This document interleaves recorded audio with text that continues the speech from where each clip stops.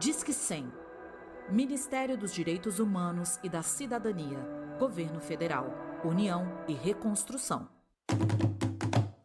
Todo patrimônio conta uma história. A história de algo que é tão importante que merece ser preservado para as futuras gerações. Com o patrimônio cultural brasileiro não é diferente. Num país diverso como o nosso, a cultura importa porque é o que nos conecta na mesma história que define quem somos, o que fomos e o que queremos ser. Afinal, a história do Brasil ainda está sendo escrita todos os dias e o IPHAN faz parte disso. Desde 1937, é o IPHAN quem protege os bens, monumentos, paisagens, festas e tradições que mais nos orgulham.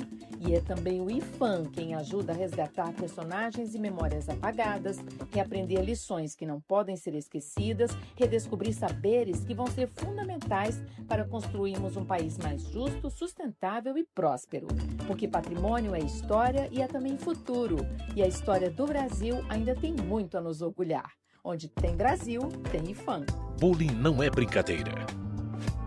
Os praticantes do cyberbullying se valem do anonimato e atingem a vítima da forma mais vil possível. Traumas e consequências advindos do bullying virtual são os mais perversos e dramáticos. As escolas precisam promover a cultura da paz, com respeito às diferenças, por meio de diálogo com os alunos e formação de professores. Bullying é covardia. Mude de atitude. Uma parceria com a Rádio Câmara e Rádio Senado.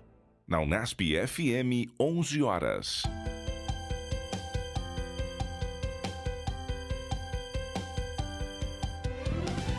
Unesp FM.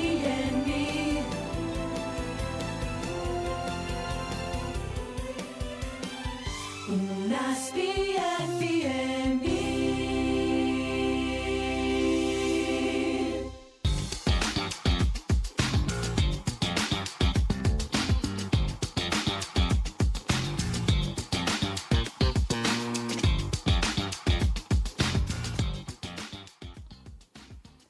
Olá, queridos ouvintes, sejam muito bem-vindos a mais um episódio do Resenha BJ, um programa da Rádio UNASP feito por estudantes de jornalismo. Meu nome é Priscila Mello e para você que está nos ouvindo pela primeira vez, aqui no Resenha nós comentamos e nos aprofundamos nas principais notícias e assuntos relevantes.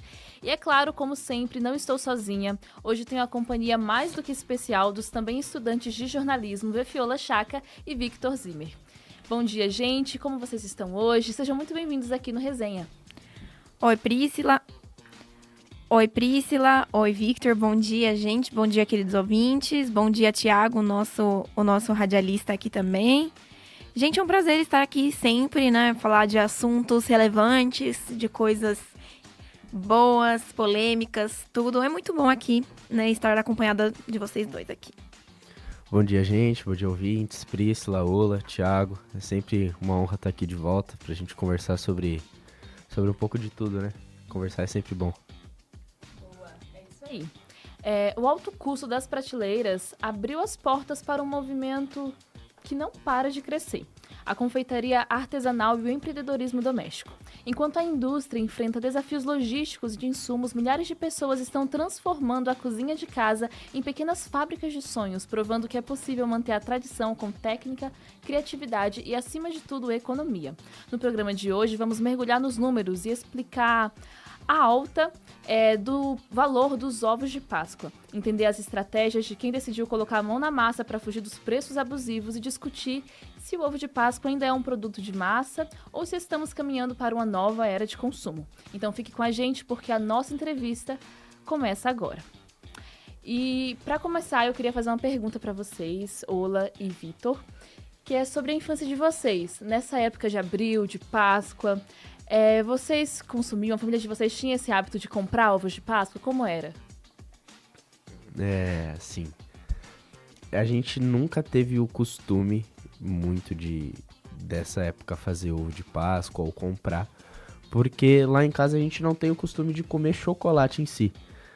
Eles são família saudável, olha. Não, muito pelo contrário, mas lá a gente não tem o costume de comer chocolate, nem minha mãe, nem eu, nem meu pai.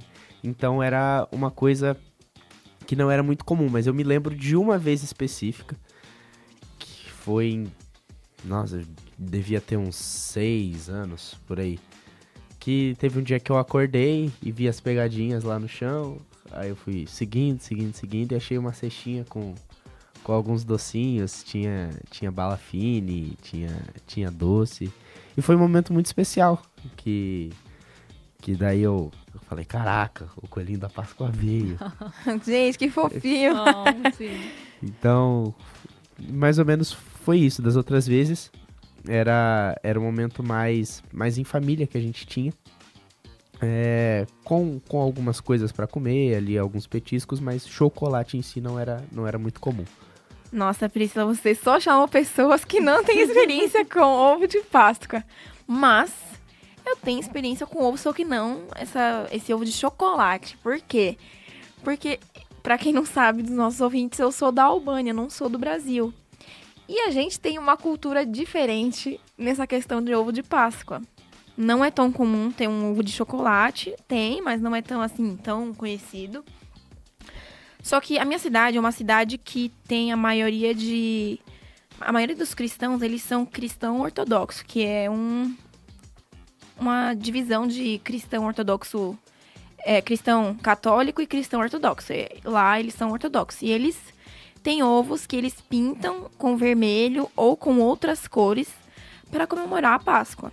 Eles vão lá, dão pra família, vem quem que quebra o ovo do outro. Essa questão é uma questão de crença da religião que faz a gente comemorar na cidade inteira. É cristão, não comemora, mas tem essa questão do ovo sempre, né? E eu sempre cresci nesse meio.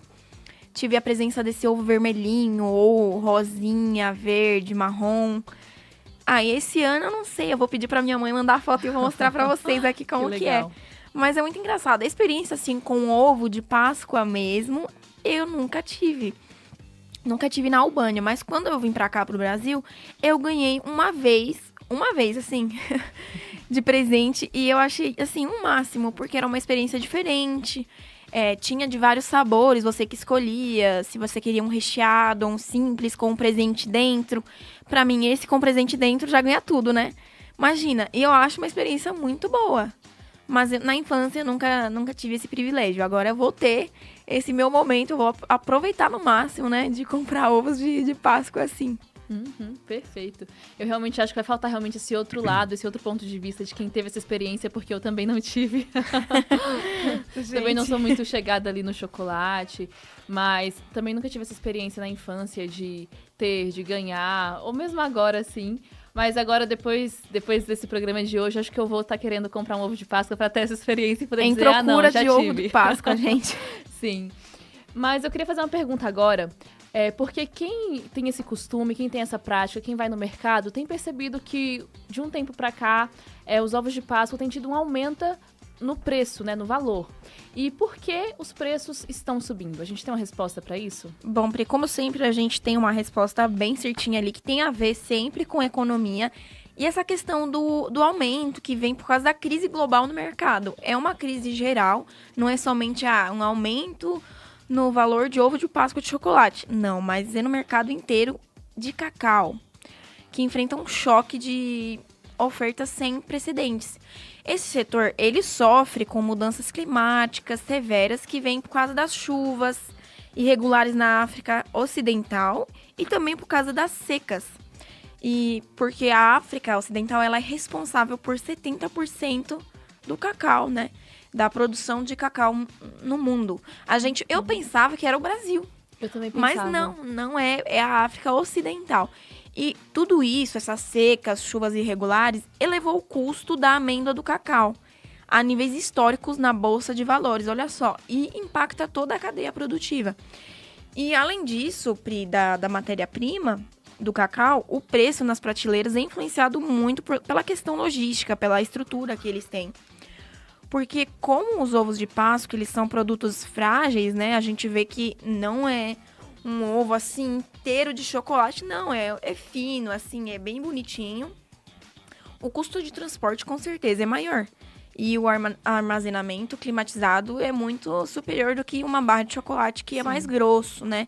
porque ele consegue sobreviver ali numa temperatura maior, desculpa. Aí, somando tudo isso que eu falei até agora, as indústrias elas têm que investir pesado nessa questão de embalagem sofisticada, deixar o produto da melhor forma possível, do melhor, bem feito assim, para que ele não possa chegar no cliente todo derretido, todo ao contrário, mal feito, ou para você passar mal com alguma alergia, porque acontece, né? Eu já comi um chocolate uma vez que chegou da Turquia há muito tempo e eu fiquei com intoxicação alimentar. Nossa. Então, é bom investir numa embalagem boa e tudo. E por causa disso, o preço subiu. Mas aí tem outros fatores, né? Sim, por exemplo, é a antecipação do ciclo industrial, né? Os ovos que a gente vê hoje nas lojas, eles foram produzidos e planejados, muitos meses atrás. E quando o preço dos insumos já estavam em patamares elevados, né?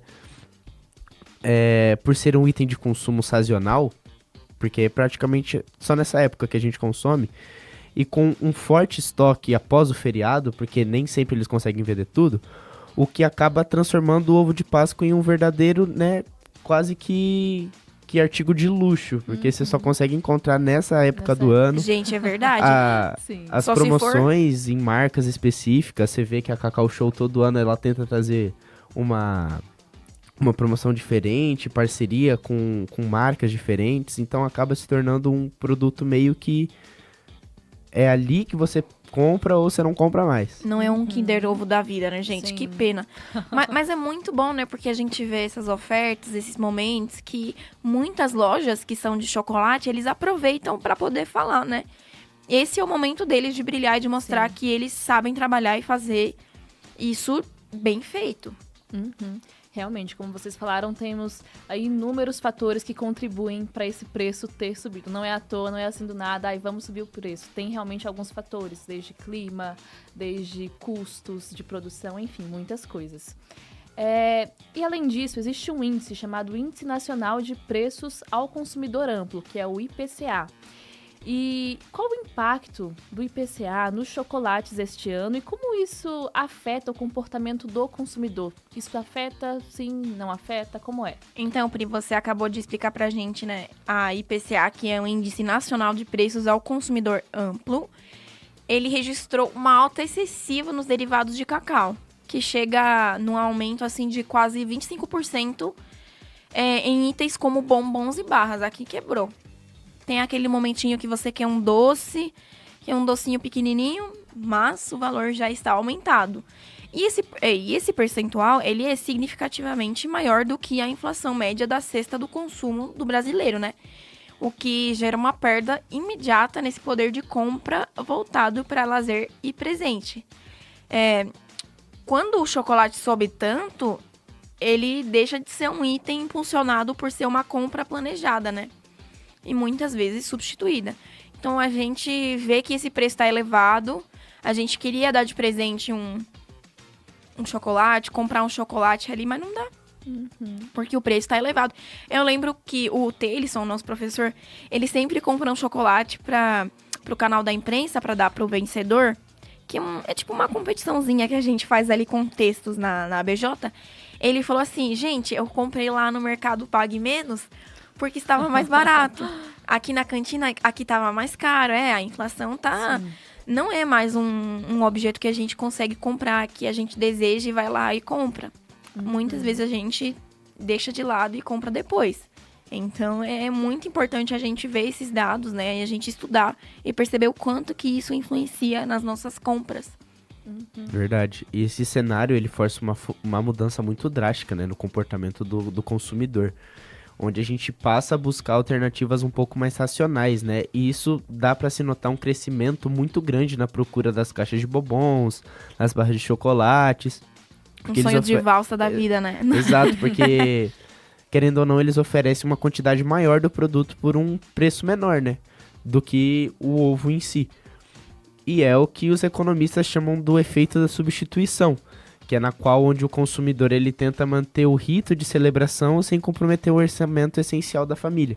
Porque não é todo mundo que tem ali um dinheiro sobrando, uns R$50, para gastar numa caixa simples de bombom ou num ovo de Páscoa um pouco mais superfaturado. E além disso, a alta da inflação do setor, ele impulsiona o fenômeno de reduflação, né? Que é para evitar que o preço do ovo de Páscoa ele ultrapasse a barreira psicológica do valor, como os R$100, por exemplo, que é a média hoje em dia. Gente, R$100, meu Deus, É jamais. muito caro. E os fabricantes, eles reduzem o peso do produto, né? Mantendo a embalagem externa parecida, mas o produto lá dentro menor. E o consumidor atento, ele percebe que ele está pagando um pouco mais e ganhando menos. E isso acaba gerando um sentimento de satisfação e abrindo espaço para o mercado dos produtores artesanais e caseiros. Uma coisa que a gente vê crescendo muito nesses últimos anos. Gente, o Vitor tava aqui falando e eu pesquisando sobre preço de ovo de Páscoa. E o que ele falou aqui, essa questão de a gente procurar mais, né, e que abre esse espaço para produtores artesanais e caseiros, a gente vê porque tem muitos Instagrams criados, divulgando aqui nos residenciais também, as pessoas procurando o nosso trabalho. Então é algo mais comum, porque tem um recheio, que é um benefício, e tem o custo-benefício também, que às vezes é mais barato. Eu tava vendo aqui o preço. Tem da Cacau Show, que é de 60 e pouco até 75. Tem um que é muito caro. Aqui que o valor é 178, que é aquele Dubai, que é mais chique. Aí tem aqueles clássicos, né? Kit Kat, Ferrero Rocher, que é mais caro. Então, a gente vê esses preços altos assim, a gente não quer gastar com isso. Aí a gente vai atrás de menores, de produtores artesanais, que a gente sabe que eles fazem em casa. E que vai dar menos, né, um valor. Sim, e sobre até isso que o Vitor comentou da reduflação, é uma coisa muito real, que você vê assim uma embalagem bem assim grande e você fala, nossa, legal, vou comprar aqui. Aí abre. Aí você abre e tem uma coisinha bem pequena e você fica, meu Deus, pensei que era maior. Ou é aquele chocolate grande assim, que te quer fino. Não vou falar nomes aqui, gente, desculpa. Abre o chocolate, sem marcas. A gente abre ali e a gente vê aquele chocolatinho fino e dentro não tem nada. E qual que é a graça desse chocolate? Aí, então, é engraçado, né? Aí a gente opta por outras opções melhores. Ou aqueles ovos dos próprios mercados que vem com aqueles brindes de desenho. Ai, gente, eu só pego pelo brinde, que desculpa. vem com aquele pacotão. Aí você acha, caraca, o ovo vai ser grande. Aí você vê metade do tamanho da embalagem é um copo. É engraçado, né? Sim. E como a gente estava falando aqui, essa alta dos preços nos mercados, nas lojas, ela abriu portas para pessoas que buscam empreender. E como a produção de ovos em casa, por pessoas ali que trabalham para si mesmas, ela tem ajudado ali na economia, nas pessoas economizarem? Bom, Pri, essa questão é muito simples, né? Porque... Começando assim, eles compram chocolate por quilo. Essas pessoas, eles vão lá, compram 1 quilo de chocolate ou mais, aí que é esse chocolate profissional, né? Então, ele tem um custo melhor ali, que tá tudo certo. E aí, tem esses gastos de energia elétrica, gás. Às vezes, eles usam por causa de consumo familiar, que às vezes você não gasta tanto. Aí, compra silicone... para fazer o formato de ovo, compra aqueles termômetros para ver certinho a temperatura. Então, você vai economizar mais nessa questão. Você gasta, só que você vendendo, você já recebe o valor de volta. São coisas que você pode usar também em outros anos, né? Você não precisa comprar todo ano. Com certeza, aí você não precisa repetir o que o Vitor falou. Aí, para uma família que tem ali umas 3 criancinhas... Falando, ai, mãe, por favor, eu quero um ovo. Aí, lá vai a mãe ver ali um custo-benefício, que tem um kitzinho, que tem alguns ovos. Não sei se vocês já viram isso, que é com recheio até. Aí a mãe compra e fica mais barato. E não precisa gastar tanto. Então, essa questão também envolvendo esses recheios, é uma questão de economia. Porque faz algo menor, coloca ali, gasta comprando essas frutas secas, né? Só que aí... O produto fica barato e você vende muito porque atrai o olho das pessoas, né? Então, proporcionar muita satisfação maior do que pra quem consome aquele negocinho seco ali, só um chocolate fino. E querendo ou não, às vezes é só pelo formato mesmo. Sim, com que certeza. o povo quer. Só derreter o chocolate ali, que você gasta R$6, coloca na forma e tira, pronto, já é suficiente para você vender ali por pelo menos o dobro do preço do que você pagou, que o povo ele realmente vai só pelo formato. Com certeza. E o papo está muito bom, e no próximo bloco a gente vai continuar se aprofundando sobre o assunto, e agora vamos para um rápido intervalo e já voltamos.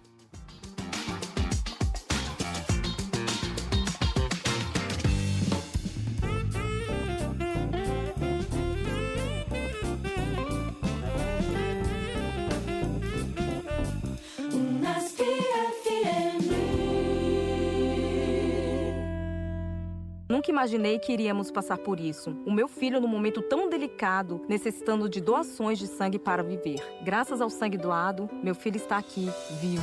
A sua generosidade salvou a vida do nosso filho. Para todos vocês que doam sangue, muito obrigado. Quando você doa sangue, ajuda a salvar muitas vidas. Doe sangue regularmente. Procure o Hemocentro mais próximo. Saiba mais em gov.br/doe-sangue. Ministério da Saúde, Brasil, União e Reconstrução, Governo Federal. Este é um chamado para nos unirmos contra o ódio espalhado pelas fake news, informações falsas que podem destruir a democracia e, mais do que isso, destruir famílias, reputações, vidas. E se a vítima fosse um amigo, sua filha? E se fosse você? Acesse gov.br/Brasil contra fake. É hora de frear o ódio, parar de repassar informações falsas, checar cada fato e sua fonte. Porque quem espalha fake news, espalha destruição. Brasil, União e Reconstrução, Governo Federal. Água é vida. Cuide, preserve. Economize água no jardim. Irrigue de forma inteligente, se possível no final do dia para evitar evaporação. Plante as espécies mais adequadas à sua região e não se esqueça das árvores. Colete a água da chuva e reaproveite a água que sobra da cozinha, banheiro e lavanderia. Não desperdice água. Economize hoje para termos sempre. Uma parceria Rádio Senado. Conheça os direitos da pessoa idosa. O Estatuto da Pessoa Idosa assegura prioridade de atendimento em todo o país, tanto em repartições públicas quanto em estabelecimentos privados. Isso garante filas menores e menor tempo de espera. E quem tem mais de 80 anos tem prioridade máxima e deve ser atendido primeiro. Estatuto da Pessoa Idosa, o respeito não tem idade. Uma parceria com a Rádio Senado e Rádio Câmara. Na 91.3 FM, 11h21.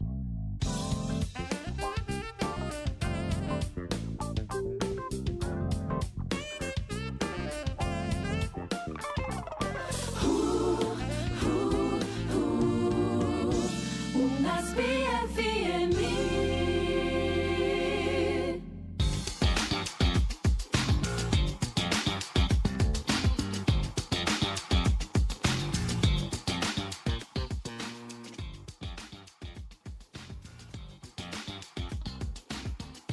Olá, querido ouvinte, já estamos de volta do intervalo e no primeiro bloco a gente conversou sobre o que transformou a Páscoa em um desafio para o bolso. Entendemos como as crises climáticas do outro lado do mundo fizeram o preço do cacau disparar e por que a inflação dos chocolates está muito acima da média nacional. E agora, no segundo bloco, a conversa continua abordando o que os consumidores estão fazendo para evitar os altos preços e economizar nesse mês de abril. E se você perdeu o começo do programa, não se preocupe, é só procurar por Resenha BJ no Spotify e ouvir o episódio completo. Então, voltando aqui para nossa conversa, a gente falou um pouco ali no primeiro bloco sobre toda essa questão dos mercados, das lojas, dessa questão do que torna o ovo de Páscoa mais caro, a embalagem, o processo pelo qual ele é feito, a matéria-prima. Mas como o consumidor ele reage ao perceber que o ovo de Páscoa custa o triplo de uma barra de chocolate comum? Qual é a reação? O que os clientes estão fazendo para buscar economizar? Eles têm enfrentado, né, Priscila, o que a economia chama de dilema da conveniência versus a tradição. Que, psicologicamente falando, esse é o formato do ovo, carrega um valor simbólico e afetivo maior do que a barra de chocolate em si. A barra de chocolate é vendida todo ano e em todo tempo, então ela não possui tanto peso afetivo assim. E existe uma pressão social e familiar, especialmente quando as crianças estão envolvidas, né? Que faz com que o comprador aceite pagar um preço um pouco mais elevado apenas pelo formato ou pelo ritual. E mesmo sabendo que o custo por grama é matematicamente desvantajoso. E também tem o limite de aceitação, né? Que está sendo testado pela inflação acumulada. Que é quando o preço ele ultrapassa a barreira emocional. Que é quando o valor ele pega uma refeição completa da família e o consumidor entra em um estado de vigilância crítica e ele começa a mais racionalizar a compra. Do tipo, tá acabando o queijo de casa, mas eu vou dar uma segurada, comer um pão só com manteiga para conseguir comprar uma coisinha um pouco mais especial nesses momentos. E no final, essa disparidade de preço, ela cria um sentimento meio que de injustiça da parte da população, né? Porque o consumidor ele sente que a indústria está apenas se aproveitando desse momento um pouco mais afetivo e apelando para essa questão, para colocar um valor um pouco maior e menos vantajoso para o consumidor. Isso gera um certo movimento de resistência que se traduz em duas frentes, que é a migração para o chocolate artesanal, que é na qual o cliente ele sente que está pagando pela mão de obra de alguém real, ou pela substituição por presentes que durem mais do que um alimento, como brinquedos e roupas, e que, querendo ou não, a indústria também se aproveita disso para colocar ali um brindezinho e colocar um valor um pouco maior nos ovos de chocolate. Aqui o Vitor falou uma coisa que ficou muito na minha mente, né? Que essa questão de preço, ele cria esse sentimento de injustiça entre a população, e isso é muito verdade. Não somente pela questão de ser um valor diferente, né? Porque a gente vê que uma barra de chocolate e um ovo de chocolate. Esse ovo de chocolate ele é muito mais caro. Com certeza ele é muito mais caro. E a população sabe que não muda nada. Se fosse a minha mãe aqui, nossa, minha mãe com certeza ia falar, filha, é a mesma coisa. Vai gastar menos e tá tudo bem. É chocolate. No final das contas, vai comer chocolate. Compra isso. Com certeza iam ser as palavras dela. Mas ainda bem que ela não tá aqui. A questão é que cria esse sentimento na população. O povo sabe. Só que por ser uma questão simbólica, por ser algo que representa a Páscoa, o coelhinho da Páscoa, mesmo assim o público compra. Com dificuldades. Eu vi uma influenciadora que eu sigo aqui, que ela é atleta de corrida. Nada a ver, né, com o assunto. Mas o pai dela, ele faz os chocolates sozinho para distribuir para a família. Que legal. Eu achei muito fofo, ele tinha feito e ele distribuiu com os familiares e tudo. Eu achei isso muito bom, porque eu acho que ele tem o senso, né, de saber que está caro, o mesmo valor do chocolate é o que a gente falou em cima, né? Compra 1 quilo de chocolate ali, bonitinho, pode fazer, como o Vitor mencionou, coloca ali na massa, bonitinho, e tem um chocolate aí, coloca uma embalagem e dá de presente. Tem gente que aproveita disso, só que tem gente que não consegue, não tem como e compra, mesmo sabendo que é caro. Ou opta por essa opção de um ovo de chocolate artesanal. Ou às vezes até se tiver preferência pela marca, vale muito mais a pena você comprar o produto unitário, seja a barra da marca específica, do que o próprio ovo. O ovo tem ali o quê? Suas 200, 300 gramas. Uma barra de chocolate vai ter suas 80 gramas. Você comprando 5 barras de chocolate, você paga menos e você já tem o mesmo peso de chocolate. O sabor é o mesmo, gente. Só o formato que é diferente. É como você falou, Vitor, é uma questão totalmente de afetividade, né? Uma lembrança ali, que nem a gente comentou aqui lá no começo do programa, a gente não tem essa experiência tanto. Mas muita gente tem essa coisa de, desde criancinha, receber ali, então tem toda uma memória afetiva, de falar, meu Deus, abril, Páscoa, coelhinho, o chocolate, o ovo da Páscoa. Então, é mais por uma questão realmente afetiva, que as pessoas, às vezes, mesmo percebendo que o preço está alto, acabam comprando mesmo assim.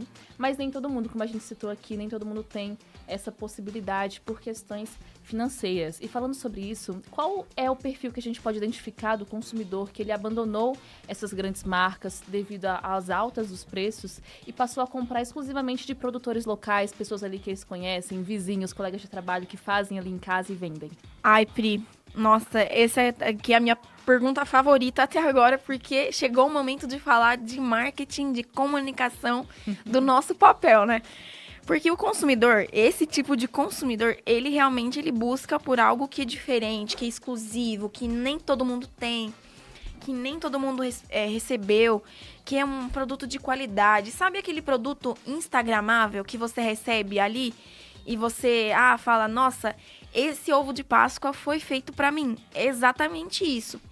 Porque ele é consciente sobre a compra que ele está fazendo, ele é consciente do dinheiro que vai circular no mercado e também ele é consciente daquele vizinho, né, que está empreendendo ali, que está vendendo algo para fazer um dinheiro. É um microempreendedor da cidade. Aí, esse tipo de pessoa que vai lá e procura e fala, eu quero um ovo de Páscoa com esse tipo de recheio, esse nível de açúcar, sem açúcar. Para mim seria sem açúcar, seria ótimo. E é um benefício, né, que nenhum mercado faz isso para você.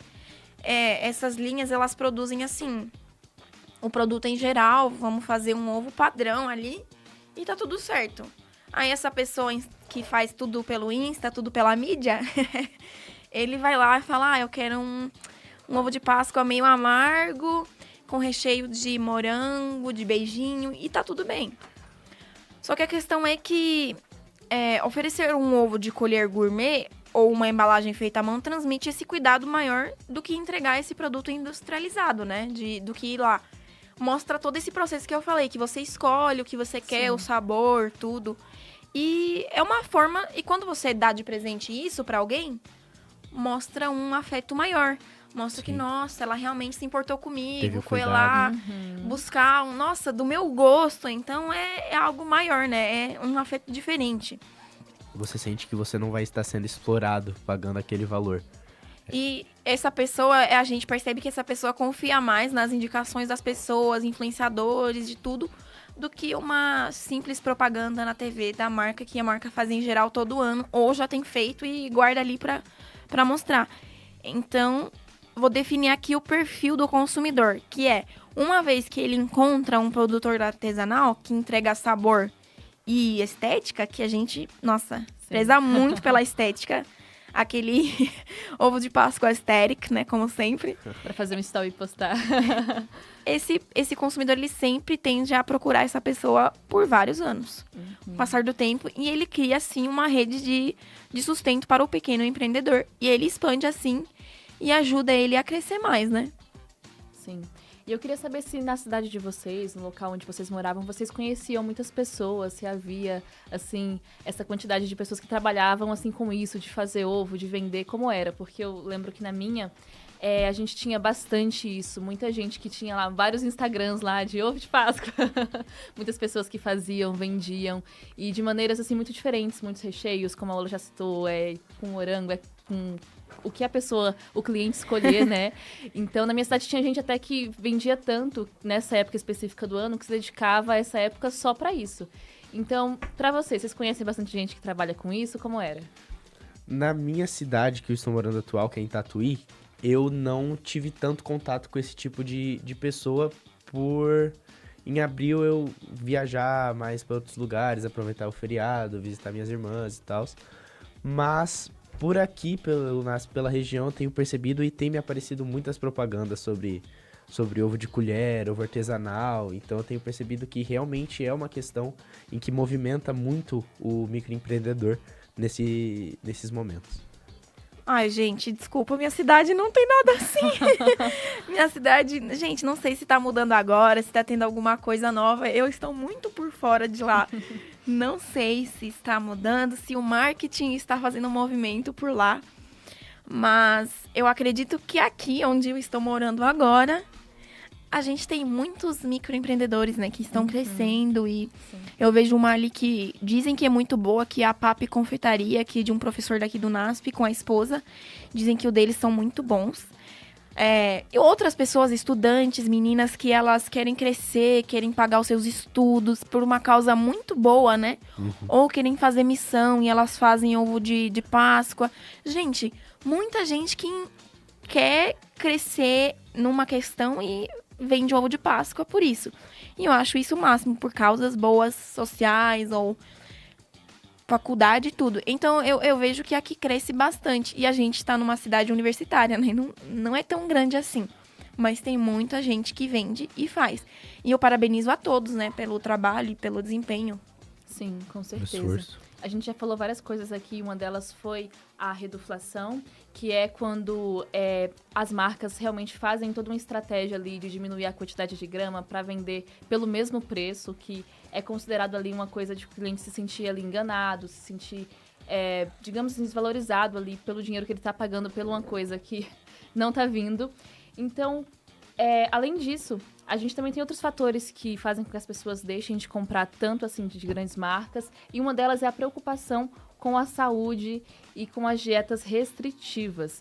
Então eu queria saber de vocês como essa preocupação com os hábitos saudáveis, ele alterou a exigência do consumidor na hora da compra. O consumidor, hoje em dia, ele está muito mais atento à lista de ingredientes do que há uma década atrás. A gente percebe que essa comunidade de pessoas buscando uma vida mais saudável, uma vida mais atlética, tem crescido muito de um tempo para cá.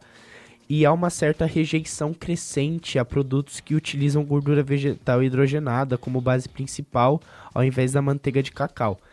E esse comprador, o famoso leitor de rótulos, ele prefere investir um valor maior do que em um ovo com um alto teor de cacau, seja 70% ou mais. E entendendo que o chocolate amargo ele possui benefícios maiores à saúde e transformando o doce em um pecado funcional, sabe? E além disso, o mercado para os celíacos e intolerantes à lactose, diabéticos e etc., deixou de ser um nicho minúsculo para se tornar uma demanda muito central. Porque agora não é apenas esse público que procura esses ingredientes um pouco mais saudáveis. E o consumidor que possui essas restrições, ou que optou por dietas como a cetogênia, e é extremamente fiel a marcas que oferecem essa segurança alimentar e um sabor ainda agradável, né? E ele não se importa mais em pagar mais, se vai pagar mais caro, e desde que o produto ele seja genuinamente exclusivo e que não apresente risco na contaminação cruzada, ou que desafia as indústrias a adaptarem suas linhas de produção. E aí tem essa questão que eu mencionei, né? Eu vou mencionar de novo. Tem gente que vai atrás desse fenômeno, né, de ovos porcionados, que é em vez de um ovo grande, eles vão atrás de um kitzinho de ovos pequenos, com essa porção diária controlada. Olha, é uma mudança cultural, Pri, que a gente tem esse prazer de Páscoa, mas não está muito mais relacionado com essa questão de açúcar ou tamanho grande, mas sim com a degustação de um produto bom, de qualidade, superior daquilo que a gente já tem experimentado antes. Porque a gente vê, né, que o sabor deles é diferenciado, e até que essas marcas grandes estão se adaptando a isso. A gente percebe que eles fazem um ovo diferente ali, sem açúcar, ou com essas coisas que o Vitor mencionou, né? Zero lactose. A gente vê que as marcas grandes estão tentando se adaptar para trazer essa questão de bem-estar, saúde a longo prazo. Então, a gente vê que não somente esses produtores pequenos, né, que fazem em casa, artesanais, mas também as marcas grandes estão tentando investir nisso. Uhum. E a gente também, né? A gente está procurando mais ir atrás da nossa saúde física. Ai, vou comer aqui pouco açúcar. Ai, não gosto tanto. Eu sou assim. Eu consumo bem pouco açúcar, mas porque não faz bem pra minha saúde. Eu sei que sai espinha. Mas tem gente que, é porque eu vi no Instagram que não faz bem e tudo. E tá tudo bem. Cada um tem o seu jeito de gostar das coisas e não gostar, porque tem uma referência. Exato. Sim.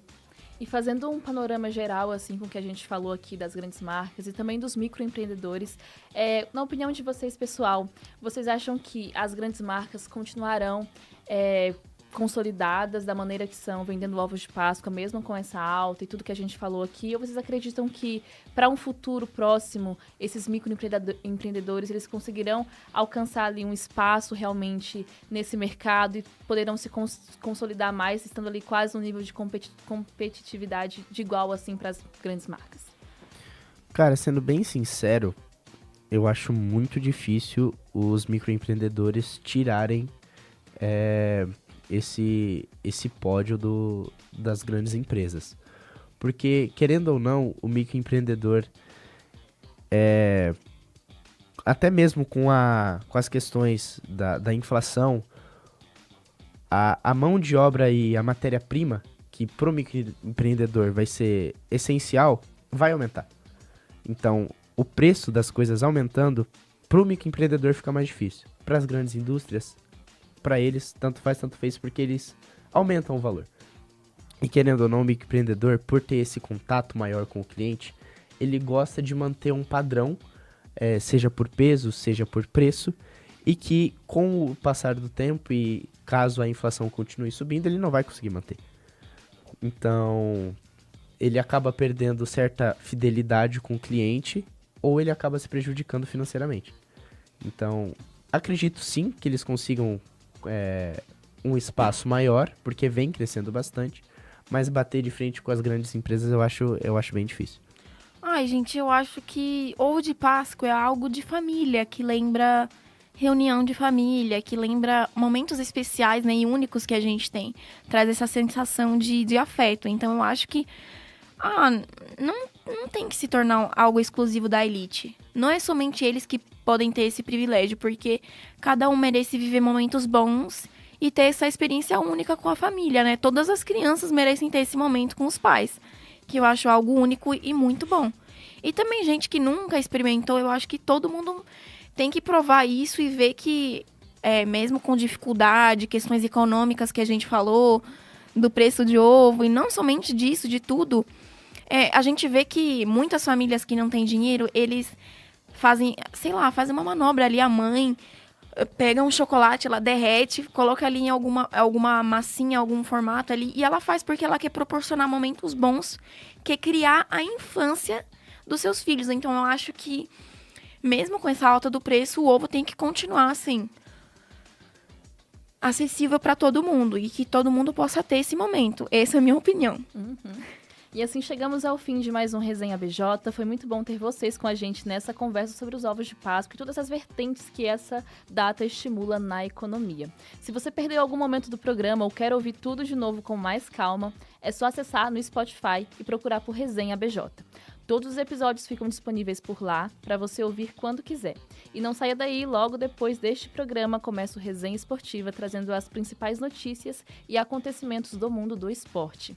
Então continue ligado aqui na Rádio NASP e acompanhe tudo com a gente. E também não esqueça de nos seguir e interagir nas redes sociais. O nosso Instagram é @abj_noticias e o nosso site é www.abjnoticias.com.br. Tchau, tchau e uma feliz Páscoa.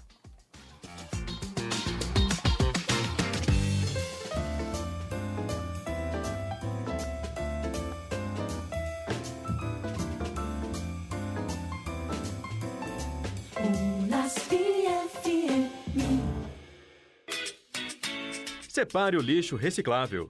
Na lixeira verde de lixo de vidro, você deve jogar apenas garrafas, potes, frascos limpos de produtos de limpeza, embalagens de produtos alimentícios e cacos desses materiais.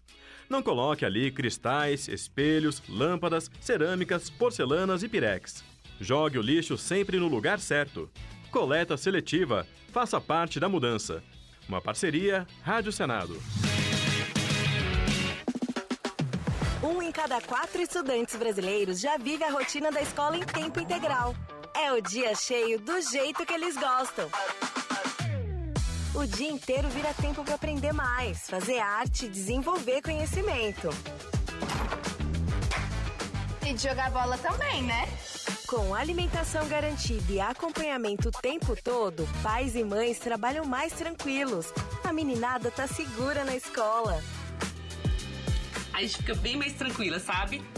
Com o trabalho do governo do Brasil, saltamos de 17% para 91% dos municípios com políticas de educação em tempo integral em todo o Brasil.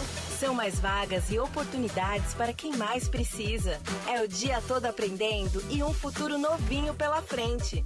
Bora estudar? Procure a rede de ensino e faça a matrícula. Ministério da Educação, Governo do Brasil. Do lado do estudante, do lado do povo brasileiro. 91.3 FM, 11:43.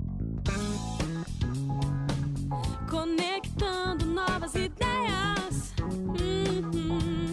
O NASP FM. Conectando novas ideias.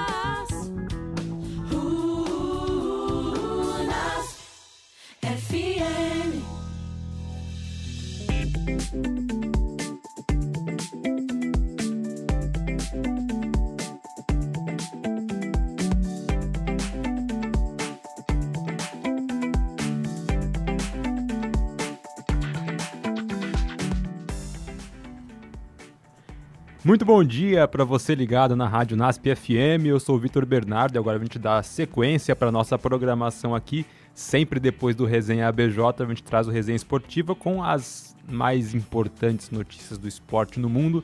Eu estou bem acompanhado pelo Thiago Martins, tudo bem, Thiago? Tudo bem.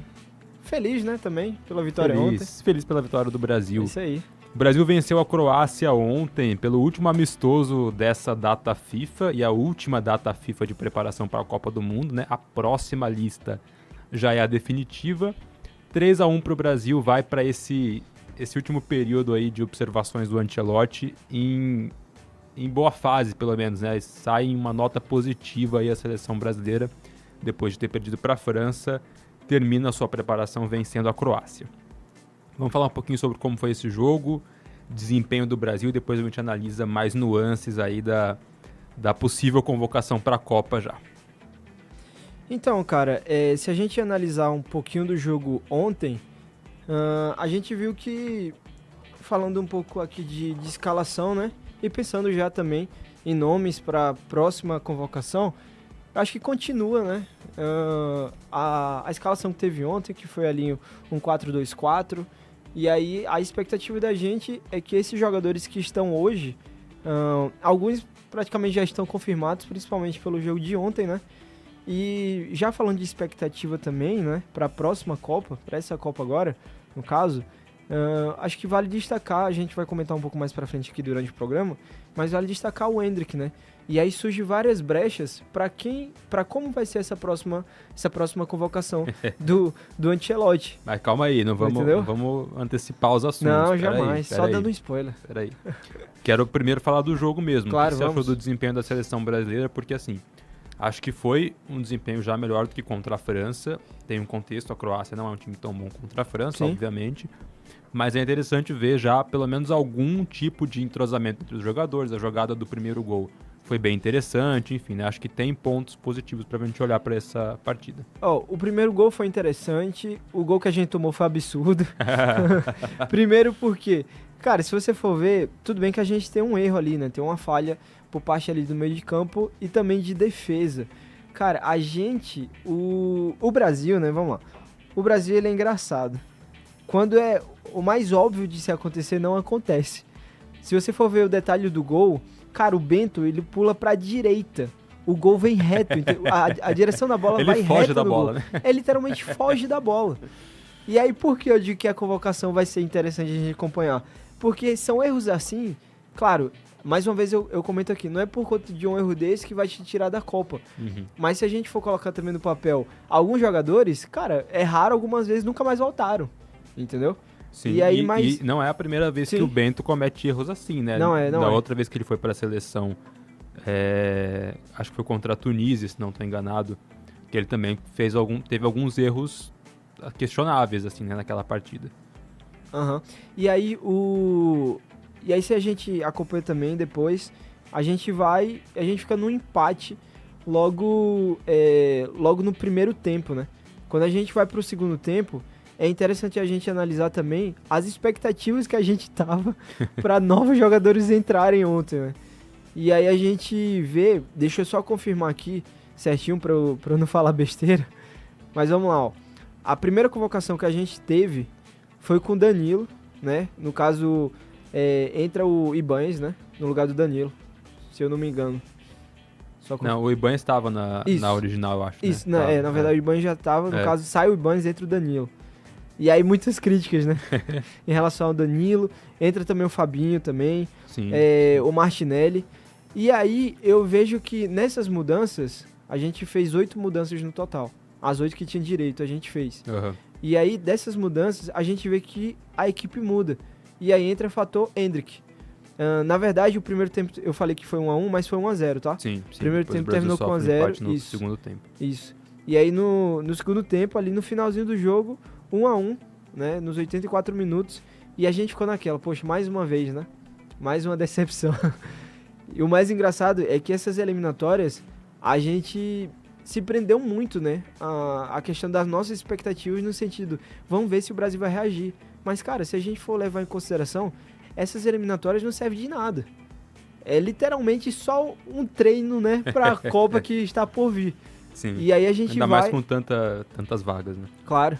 E aí a gente vai ali pra, depois de 4 minutos, o Igor Thiago, né? O Igor Thiago, artilheiro ali, ele faz pra seleção e aí vira o jogo. E aí no finalzinho ali, nos acréscimos, o Martinelli com o passe do Endrick. Detalhe, o Endrick sofre o pênalti, pega a bola e deixa pro Igor Thiago bater, justamente pra dar essa moral pra ele, né? E aí também tem muito daquilo, cara, toma, tenta garantir tua vaga aí na seleção. E aí pra finalizar aqui, vem o Martinelli com o passe do Endrick. Ou seja, o Endrick jogando muito em 15 minutos, né? É isso aí. Então vamos agora falar do Endrick e dessa possível convocação do Ancelotti, né? Eu acho que se a gente olhar para nomes, 80% assim já tá definido, né? Eu acho que tem algumas dúvidas que a gente pode explorar aí na cabeça do Ancelotti, pensando em Copa do Mundo. Não sei se o Endrick tá garantido ou se ele vai pensar no Hugo, considerando Alisson e Ederson estando bem fisicamente, né? Eu acho que dá pra gente ter dúvida aí no meio de campo. Acho que o Danilo colocou uma dúvida legal na cabeça do Ancelotti. Não sei se na disputa com o Paquetá ou com o Andrei Santos, mas acho que ele colocou uma dúvida aí na cabeça do Ancelotti. E no ataque é a grande questão, né? A gente tem o Endrick, que parece que o Ancelotti não gosta dele, mas está pedindo espaço. Tem a dúvida do Neymar, e aí tem o Igor Thiago, tem Igor Jesus, tem Ryan, tem Richarlison, tem muitos nomes que já passaram aí pela seleção do Ancelotti, para essas últimas vagas do ataque também. O Igor Jesus não vai, tá? Isso daí já pode cravar, meu amigo. Igor Jesus não vai. Desculpa eu avisar isso daí, mas realmente não tem como ir. E infelizmente nem o Ryan, né? Foi desses dois nomes que eu comentei aqui, que eu falei, o Ryan entrou ontem, né? E de certa forma jogou até bem, pelo que ele tinha que jogar. Foi pouco tempo, né, que teve. Mas mostrou pouca coisa pra quem tá buscando justamente uma vaga, né? Então, é difícil, né, a gente colocar ele na lista final. Então, de atacantes, cara, eu acho que ali, se fosse pra garantir, eu garantiria o Matheus Cunha, o Vini, o Rafinha e o Luiz Henrique. As outras vagas... Será que o Martinelli não tá garantido também ainda? Eu acho que tá. Cara, pode... É porque eu, particularmente, minha opinião, tá? Eu quero muito que o Martinelli esteja na Copa. E que provavelmente ele possa estar na Copa realmente. Mas vem muito daquilo também, né? Não sei, cara. Não sei. Eu sinto que às vezes poderia colocar o jogador, entendeu? Mas garantido 100% eu acho que ainda não. Entendeu? Beleza. Garantido mesmo é esses 4 que eu comentei. E daí a gente tem o Endrick, que parece que só o Ancelotti que não vê a necessidade dele na seleção, né? Todo mundo já percebeu isso, menos o Ancelotti. Porque aqui, se a gente vem aqui pra baixo... faltou o Luiz Henrique também, né? Garantidos pra mim, tá? Desses 9 que eu vou comentar agora.